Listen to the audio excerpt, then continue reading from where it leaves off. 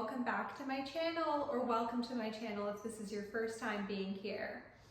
As you can see, we have a new channel name that I thought was better suited to the brand of our channel.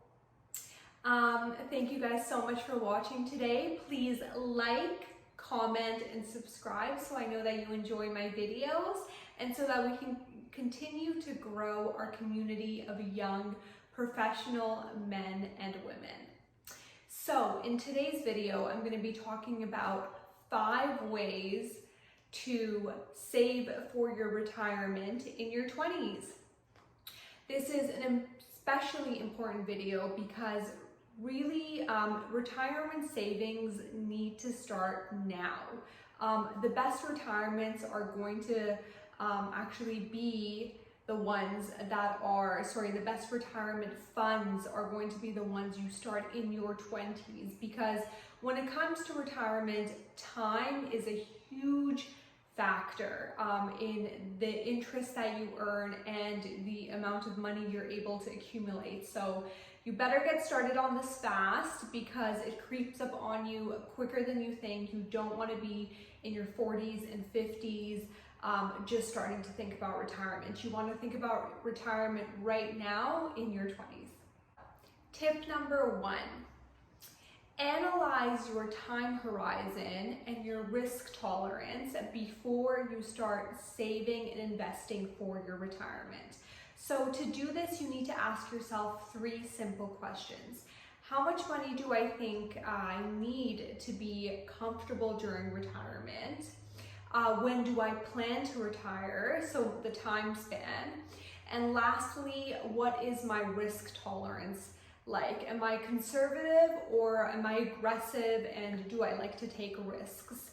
The answer to these 3 questions will guide you towards the type of retirement investments you should make and the way that you should be investing and funding your retirement. Personally, I think I would need a present value annual income of $150,000 per year to be comfortable during retirement, which means I would need $3 million worth of present value funds in the future if I wanted to retire at the age of 65 and live comfortably for about 20 years. Also, I am a conservative investor. I don't like to take too much risk, so I do manage my retirement portfolio conservatively, but as my income has risen in the past years, I have been more, inclined to make riskier, more aggressive choices with the spare income that I do that I have generated. Tip number 2, invest in your TFSA and RRSP retirement accounts. So this is only applicable to Canadian residents. I'm sure the US residents have similar. So let's talk about RRSPs. So these are the Registered Retirement Savings Plan put together by the Canadian government. So any amount of money you put into this is tax deductible, and you don't have to pay any taxes on the interest or capital gains on the account until you withdraw the funds from this account when you are retired. So I definitely recommend contributing to this one just for this plain and simple fact that it will reduce your taxable income payable. However, keep note that you can't just put whatever amount into your RRSPs annually. There is a deduction limit. So don't think that you're thinking, oh, okay, now I make $1 million. You know what? I'm going to put 900,000 of that into my RRSPs, tax deductible. No, that's not true. There is a amount that is deductible, and it will show on your previous tax return, or your accountant can calculate it for you. Secondly, you need to contribute to your TFSA. This is my favorite because you don't pay any taxes on your earnings of the earnings of your TFSA, and this could value you greatly in the future. And we don't even know if the government is going to take away the TFSA accounts from us sometime in the future. So it's best to take advantage of it right away, and definitely taking advantage of making those capital gains without having to pay any taxes on them is a huge win.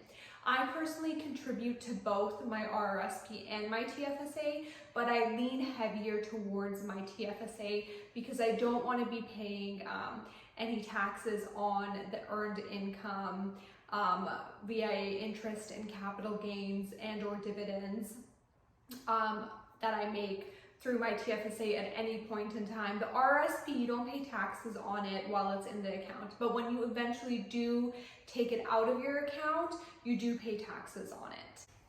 Number 3, I recommend that you automate your monthly contributions to your retirement funds. I personally do this myself because it gets you into the habit of saving. It streamlines your contributions. You don't have to think about it. It gets taken out of your account automatically and gets put into the funds that you discuss with your financial manager. And lastly, it also helps you avoid losses, because think about it this way. Let's say you're putting in $1,000 monthly into your retirement funds. $1,000 can purchase X amount of funds at this point of time, but let's say the market goes down a little bit, the next month you'll be able to purchase more with the same $1,000. So you kind of, I guess, avoid losses by continuously putting in the same amount monthly, and you'll cover yourself with those little market dips when it goes up and when it goes down. So you will avoid losses if you do automated payments of the same amount monthly, which is what I do myself. Tip number 4, increase your monthly contributions annually in I guess comparison to the increase in your income. You should be saving about 10 to 20% of your income for retirement anyways. I personally just upped my retirement funds an extra $200 per month this year, and I will probably raise it at another $100 by the end of the year as well. So you should always take into the account that annually you should be putting more into it. So whenever you get that 5%, 10% raise, you need to take a portion of that and put it aside for your retirement as well. So as your income increases, your lifestyle increases, your liabilities increase, so do your retirement funds. So when you get to that point where you do want to retire, you are living a comfortable life that you've already been, I guess, grown accustomed to. So your retirement needs to keep up with your lifestyle. So if your lifestyle is going up, so does your retirement fund needs to go up as well to match it. Number 5, contribute to your employer matched retirement fund. So this can be your CPP, your Canadian pension plan, or even your RRSP. My employer will match 4% of my RRSP contribution. This is huge. That could be upwards of $10,000 for people. So that's an extra $10,000 your employer is matching and putting into your account, which can go a long way, especially when you're in your 20s and you're earning that capital gain, you're earning that interest income, and you're earning that dividend income as well.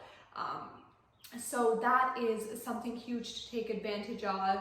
If your employer does anything to do with retirement for you, or any retirement packages that you can match yourself, I would definitely consider matching, I guess, matching what your employer is wanting to contribute, or if they are contributing, make sure that you are taking advantage of those opportunities that your employer is giving you. And also, if your employer is not offering you some sort of retirement package per se, I would discuss it with them for sure. And if you're self-employed, well, you have to take it into your own hands and basically do the funds yourself, or you will have to do some research and see whether or not the Canadian government does do some special programs for individuals who are self-employed or own their own business. Thank you so much. That's all for today. Thank you so much for watching. I hope you enjoyed this video. Please leave a comment and let me know how you enjoyed it, or leave a comment and let me know if you have any opinions about this. Thank you so much. Bye-bye.